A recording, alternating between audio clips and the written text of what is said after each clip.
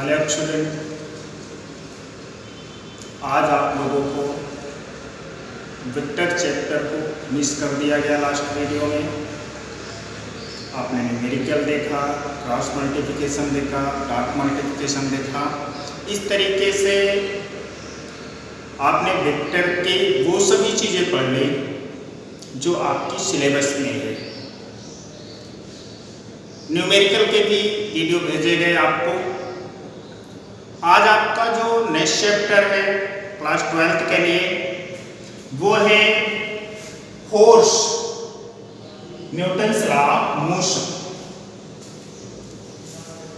देखिए, last chapter में आप क्या देखते थे, किसी भी पार्टिकल के मोशन के बारे में समझते थे। मोशन इनिशियल वेलोसिटी क्या है, उसकी लास्ट वेलोसिटी क्या है, एक्सेलरेशन क्या है, टाइम क्या है, इन सब चीज़ों के बारे में हम पढ़ते रहते थे। अभी तक हमने पढ़ा, सीखा, ठीक है।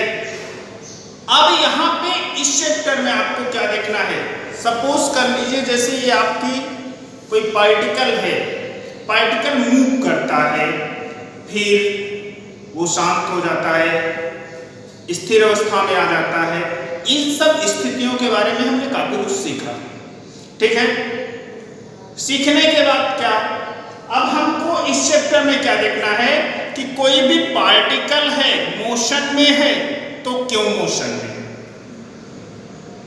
मोशन में है तो क्यों मोशन में है, स्टेट पोजीशन पे है तो क्यों है, किस कारण वो स्थिर से गति अवस्था में आ जाता है, मोशन पोजीशन पे आ जाता है और मोशन से फिर साइलेंट हो जाता है, क्यों वो वाइब्रेट होता है। इन सब चीजों के बारे में आज हमको सीखना है, ठीक है। तो कॉन्सेप्ट ऑफ जो फोर्स है, इनिटिव कॉन्सेप्ट ऑफ फोर्स, यानी कि फोर्स कब काम करता है, क्यों काम करता है और क्या होता है, ठीक है। फोर्स होता क्या है, सबसे पहली बात देखिए, कोई भी पार्टिकल हो, यदि वो पार्टिकल अपनी पोजीशन को चेंज कर रहा है, ठीक है, कोई पार्टिकल हो अपनी पोजीशन को वो चेंज कर रहा है, तो जिस रीजन से वो अपनी पोजीशन को चेंज कर रहा है उसी रीजन को हम क्या कहते हैं, फोर्स कहते हैं। फॉर एग्जाम्पल, आपके पास कोई बॉल है, ठीक है, इस बॉल को हमने यहाँ पे रख दिया, अब ये कब तक यहाँ पे पड़ी रहेगी, ध्यान दीजिए, ये हमारी जो बॉल है ये यहाँ पे कब तक पड़ी रहेगी, जब तक कि इस पे आप फोर्स अप्लाई नहीं करेंगे। यानी कि जब इस पे फोर्स अप्लाई हो जाएगा तो ये जो बॉल है हमारी, ये अपनी पोजीशन को चेंज कर देगी, ठीक है। जैसे ये मूव कर रही है कंटिन्यू, ठीक है, मूव कर रही है, कब तक मूव करती रहेगी, जब तक कि इस पे कोई फोर्स काम नहीं करेगा, ठीक है। जब इस पे कोई फोर्स काम कर देगा तो ये क्या हो जाएगी, रेस्ट पोजीशन पे आ जाएगी। यानी कि किसी भी पार्टिकल की पोजीशन को जो चेंज करता है उसी को हम क्या बोलते हैं, फोर्स कहते हैं। यानी कि फोर्स अप्लाई किए बिना किसी भी पार्टिकल की पोजीशन को कभी भी चेंज नहीं किया जा सकता, ठीक है। इसलिए पार्टिकल की पोजीशन तभी चेंज होगी जब उस पर हम फोर्स अप्लाई करेंगे। इट मीन्स फोर्स कंपल्सरी है किसी भी पार्टिकल की पोजीशन को चेंज होने के लिए। पार्टिकल की पोजीशन पे अगर कोई चेंज होना है, अगर हो रहा है, उसका जो रीजन है वही क्या है, फोर्स है।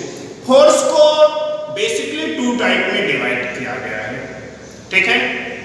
ये सब चीजें 9th में आप लोग पढ़े होंगे। फोर्स को बेसिकली 2 टाइप में रिवाइज किया गया है। फर्स्ट होता है बैलेंस फोर्स, सेकंड होता है अनबैलेंस फोर्स। बैलेंस फोर्स क्या होता है, ठीक है, यहाँ पे मैंने लिख दिया है, 2 द पॉइंट्स मैंने नोट किया है, जो नोट्स आप बनाएंगे इसी के अकॉर्डिंग, ठीक है। आज थ्योरी ज्यादा थी इसलिए मैंने कहा सारे पॉइंट्स को मैं नोट करता चलूं, इससे आपको सुविधा होगी। तो बैलेंस फोर्स क्या होता है, देखो बेटा, जैसे ये हमारी बॉल है, कोई पार्टिकल है, पार्टिकल पे आपने 5 न्यूटन का फोर्स यहाँ अप्लाई किया, 5 न्यूटन का फोर्स यहाँ अप्लाई किया, 5 न्यूटन का यहाँ पे अप्लाई कर दिया और 5 न्यूटन का यहाँ पे अप्लाई कर दिया, यानी कि उसके चारों तरफ से कई सारे फोर्सेस काम कर रहे हैं। ठीक है, ये इसने भी काम किया, इसने भी फोर्स अप्लाई किया, इसने भी फोर्स अप्लाई किया, इसने भी, यानी कि कई सारे फोर्सेस किसी पार्टिकल पे काम कर रहे हो, बट उस पार्टिकल पे कोई इफेक्ट ना पड़ता हो, उस पे कोई इफेक्ट ना पड़ता हो, यानी कि कई सारे लोग आपको प्रभावित करने की कोशिश की, लेकिन आपके ऊपर कोई प्रभाव नहीं पड़ा। हुआ क्या, इसने जो फोर्स अप्लाई किया, इस फोर्स को इसने क्या कर दिया, खत्म कर दिया, कैंसिल कर दिया। इसने जो फोर्स अप्लाई किया, ये जो 5 न्यूटन था, इसको इसने प्रभावहीन कर दिया। ठीक है, इस तरीके से इस पार्टिकल पे जो हमारी बाल थी, हमने सपोज किया था, इसके ऊपर कोई भी इफेक्ट नहीं पड़ रहा है। हमारे कहने का मतलब क्या है कि किसी भी पार्टिकल पे कई सारे फोर्सेस काम कर रहे हैं और उसके बाद उसका रिजल्ट 0 आ रहा है, यानी कि पार्टिकल के ऊपर कोई भी डिस्टर्बेंस नहीं हो रहा है, वो अपनी जिस पोजीशन पे थी उसी पोजीशन पे बनी है। ये मैं नहीं कह रहा हूं कि ये केवल स्थिर अवस्था में हो। ठीक है, मूव कर रहा है कोई पार्टिकल, उसके पार्टिकल के ऊपर कोई इफेक्ट नहीं पड़ रहा है, तो वो क्या हो जाएगा, आपका कौन सा बैलेंस फोर्स हो जाएगा। ठीक है, जैसे कोई ट्रक है, ट्रक के ऊपर आप फोर्स अप्लाई कर रहे हैं, बट उसके ऊपर कोई डिस्टर्बेंस नहीं हो रहा है, वो चली जा रही है, तो इफेक्ट उस पर नहीं पड़ रहा है। इसका मतलब ये आपका जो फोर्स है वो क्या है, बैलेंस फोर्स है।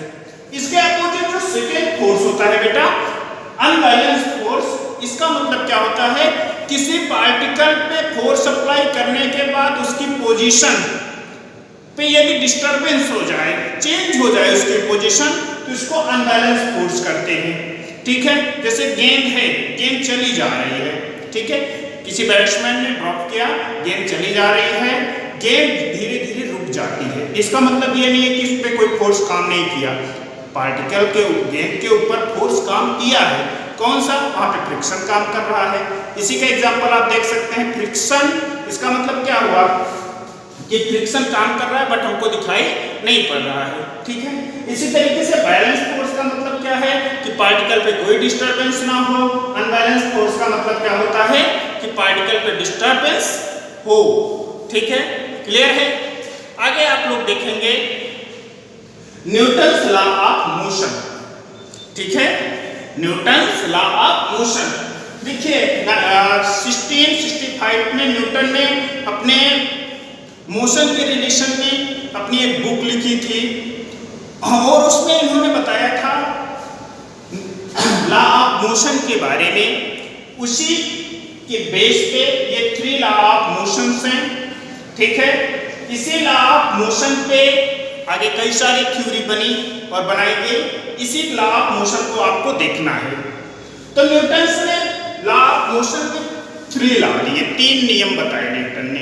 ठीक है, सबसे पहला नियम क्या बताया न्यूटन ने कि कोई भी पार्टिकल हो, साइलेंट है तो साइलेंट रहेगा, यानी कि जैसे खड़ा हूं मैं खड़ा रहूंगा, मैं गति कर रहा हूं तो मैं गति करता रहूंगा।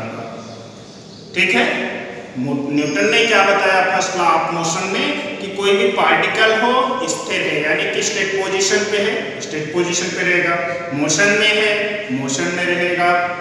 आगे बताया उन्होंने कि कब तक रहेगा, जब तक कि उस पर कोई बाहर से फोर्स अप्लाई ना कर दिया जाए। ठीक है, उस पर बाहर से फोर्स कोई अप्लाई ना कर दिया जाए, तब तक वह अपनी उसी पोजीशन पे बना रहेगा। क्लियर है। न्यूटन ने अपने फर्स्ट लॉ ऑफ मोशन में क्या बताया, कोई भी पार्टिकल है जिस पोजीशन पे है उसी पोजीशन पे बना रहेगा। कब तक बना रहेगा, जब तक कि उस पर कोई बाहर से फोर्स अप्लाई नहीं हो जाता, तब तक वह अपनी पोजीशन को कभी भी चेंज नहीं करेगा। It is first law of motion, यानी कि Newton first law of motion.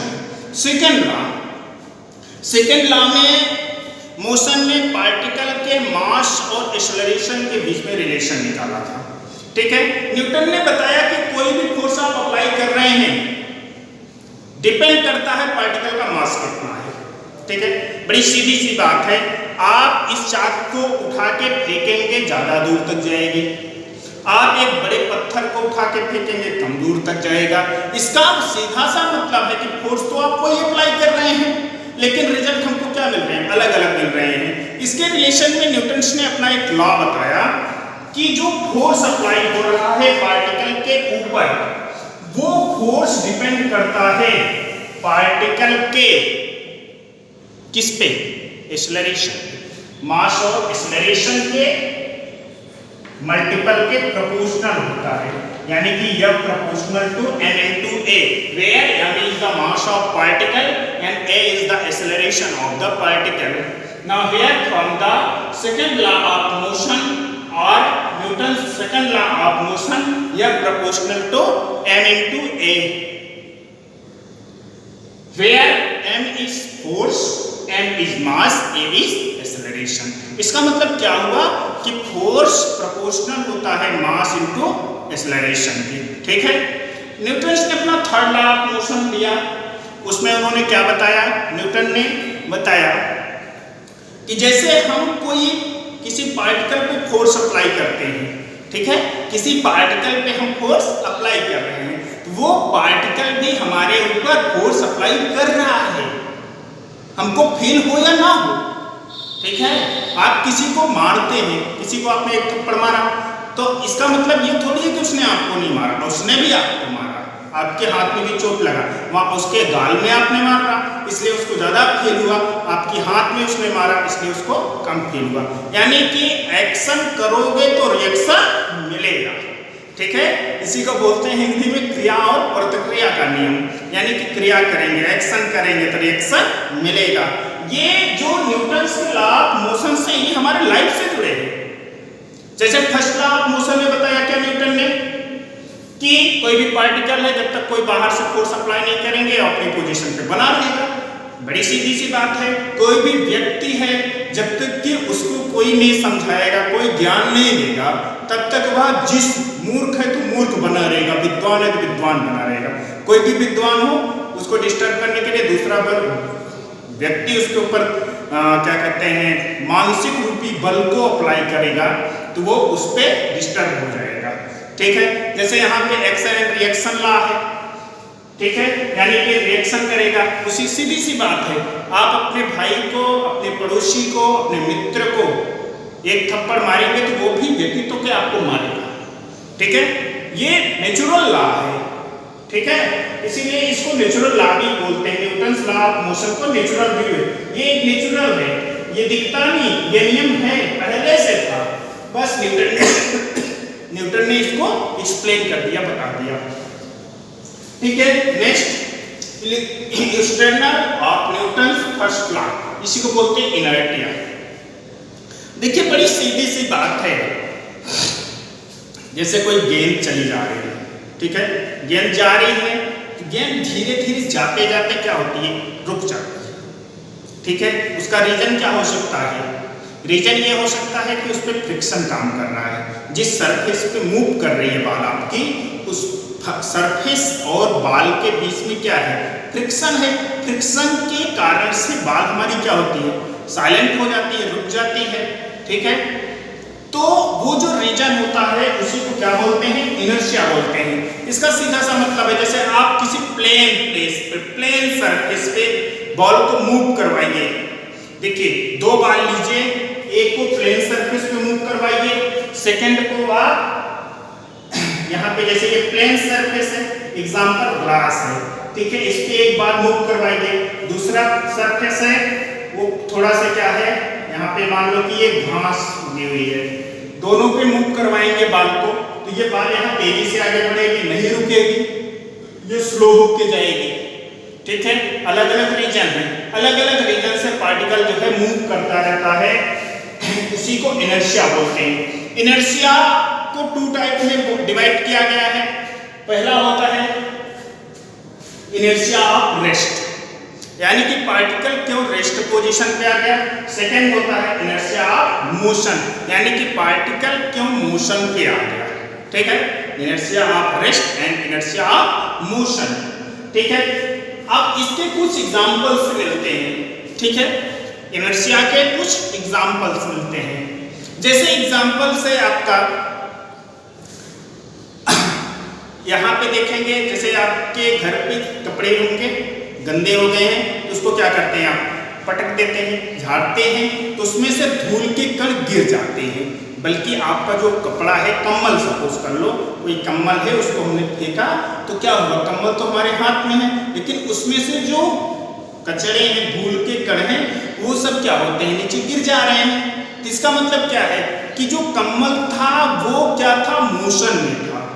ठीक है, मोशन में आया, बल्कि जो कण थे वो क्या थे, साइलेंट थे, इसलिए कण क्या हो गए, नीचे गिर गए ग्रेविटेशनल के कारण, बल्कि कम्बल हमारे हाथ में आ गया। जैसे हम किसी गाड़ी पे बैठे हुए हैं, ठीक है, गाड़ी साइलेंट है यानी कि खड़ी हुई है, ठीक है, जैसे ही आगे बढ़ती है तो हम क्या होते हैं, पीछे की तरफ झुक जाते हैं। इसका मतलब क्या हुआ, गाड़ी तो मोशन में आ गई बट हम साइलेंट पे रह गए, इसलिए हम क्या हो गए, वो अपनी अवस्था स्थिर अवस्था में है, बल्कि गाड़ी हमारी, इसलिए हमको पीछे धक्का लगता है। आप यहाँ पे देखेंगे जैसे आप ट्रेन पे यात्रा कर रहे हैं, ट्रेन पे यात्रा करते समय क्या हो रहा है कि आप किसी गेंद को उठाइए, जैसे यहाँ पे आपने उठाया, नीचे हाथ रख दिया, गेंद आपके हाथ में आ गई, वहाँ पे क्या होगा, ऐसा नहीं, इसको लिए आपको हाथ को क्या करना पड़ेगा, जैसे ऐसे कर रहे हैं, हाथ को पीछे करना पड़ेगा तब हाथ में आएगी। क्यों, क्योंकि गेंद तो स्थिर अवस्था में साइलेंट पोजीशन पे है, जिस पोजीशन पे मूव कर रही है उसी पोजीशन पे है, बट ट्रेन तो आगे बढ़ रही है ना। इस तरीके से हमारी लाइफ में कई सारे एग्जाम्पल्स मिलते रहते हैं। एक एग्जाम्पल है जैसे कोई हथौड़ा है, हथौड़े में लकड़ी को फंसाना है, इसके लिए क्या करते हैं, लकड़ी को बार बार जमीन पे पटकते हैं। हमने क्या किया, जैसे जब पटका तो लकड़ी हमारी मोशन से साइलेंट पे आ गई, बस जो उसके साथ हथौड़ा लगा हुआ है वो किस अवस्था में आ जाता है, वो तो मोशन में ही है, इसीलिए वो नीचे आ जाता है। ये सारे एग्जाम्पल्स इनर्शिया के हमारे जनरल लाइफ में बहुत सारे एग्जाम्पल्स हैं, इसको आप अपने नोट्स में लिखते रहिएगा। यहाँ पे देखिए बेटा, हम आपको वीडियो बना के कंटिन्यू पढ़ा रहे हैं, ठीक है, हमारी कोशिश है लगातार कि आप बेहतर पढ़ें, लेकिन हमारी कोशिश तब तक सफल नहीं होगी जब तक स्वयं आप एक समय, एक क्या कहते हैं, टाइम टेबल बना के नहीं पढ़ेंगे, अच्छा पढ़ने की कोशिश नहीं करेंगे, हमारा ये मिशन कंप्लीट नहीं होगा। इसके लिए आपको भी एक्टिव होना पड़ेगा, ठीक है, हम एक्टिव हों, आप एक्टिव हों, निश्चित तौर पे क्लास का एक माहौल मिलेगा आपको, ठीक है।